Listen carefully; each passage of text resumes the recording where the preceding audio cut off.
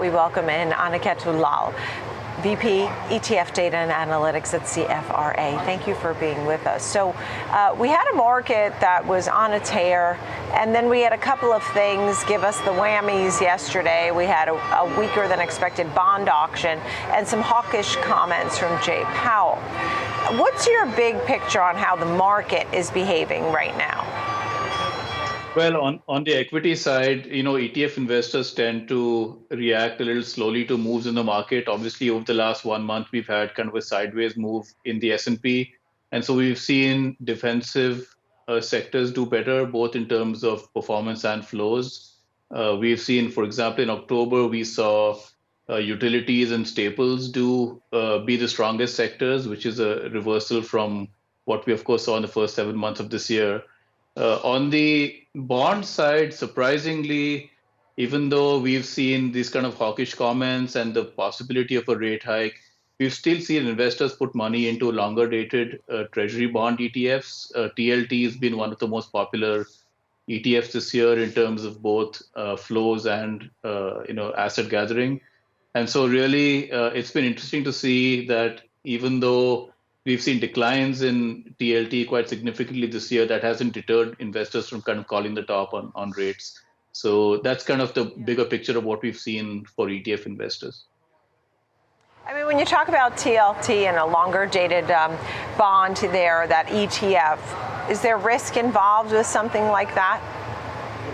Absolutely, because what we've seen essentially investors do over the past year is try and buy the dip. So we actually analyzed TLT over this entire calendar year, and what we saw is whenever there were periods of significant dips in performance, investors came in, with about in aggregate $3 to $5 billion of new money into those funds, but those really didn't pay off. In May, we saw significant inflows.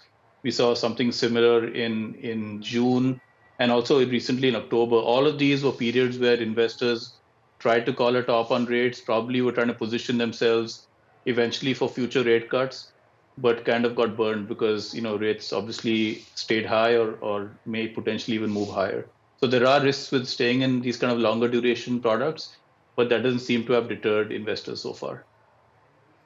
Yeah, you said Vanguard sort of paved the way and Fidelity now with ETF share class filing.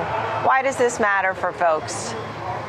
Yeah, this is an important development in the ETF and fund industry because Vanguard actually had a patent for 20 years on launching ETFs as a share class of their funds. What this allowed them to do is essentially, instead of having to launch a new ETF greenfield, they could take an existing mutual fund and launch ETFs as a share class. This, of course, is much more cost efficient, allowed also for them to get tax efficiencies, pass those tax efficiencies on to their mutual fund investors. And so really one could argue this is one of the most important developments historically over the last 20 years in growing the ETF industry. In May, this patent expired, which means other asset managers could come in and do the same thing. Since then, we've seen Dimensional apply to the same, use the same structure. And most recently, we saw Fidelity apply to launch ETFs as a share class of their mutual fund. So we think this could be an important development in the growth of the ETF industry and potentially accelerate asset movement away from traditional funds into ETFs.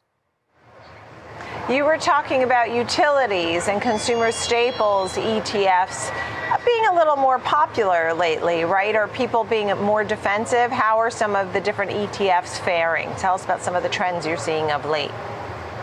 Sure, we've seen certainly more interest in utilities and staples over the last few weeks because of what's happening in the market.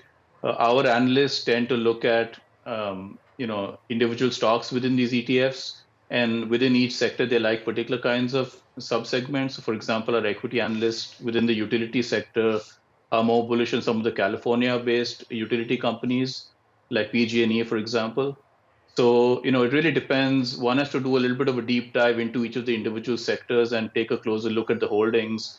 But certainly we have seen movement and interest, both in terms of performance and flows towards more defensive strategies. That includes also high quality, ETFs, tickers like USMV, the min vol ETF, Qual, which is the iShares High Quality ETF, and COWS, which is the Pacer ETF. So certainly more interest in the defensive strategies at the moment, though that could change. All right, cows and qual. How about the one minimum volatility? Is that gaining in popularity? We have certainly seen a factor rotation in the last few weeks. As you know, the first half of this year was a lot about growth, a lot of excitement around AI, low vol, value, these kind of strategies, dividend-oriented strategies weren't doing as well. But in the last few weeks, we've seen low vol and min vol and value come back. So USMV is an ETF that provides exposure to minimum or low volatility strategies, and that's certainly been done much better this year than it has in the early part of this year. Thank you so much, Aniket Ullal of CFRA. Thanks for being here. Thank you.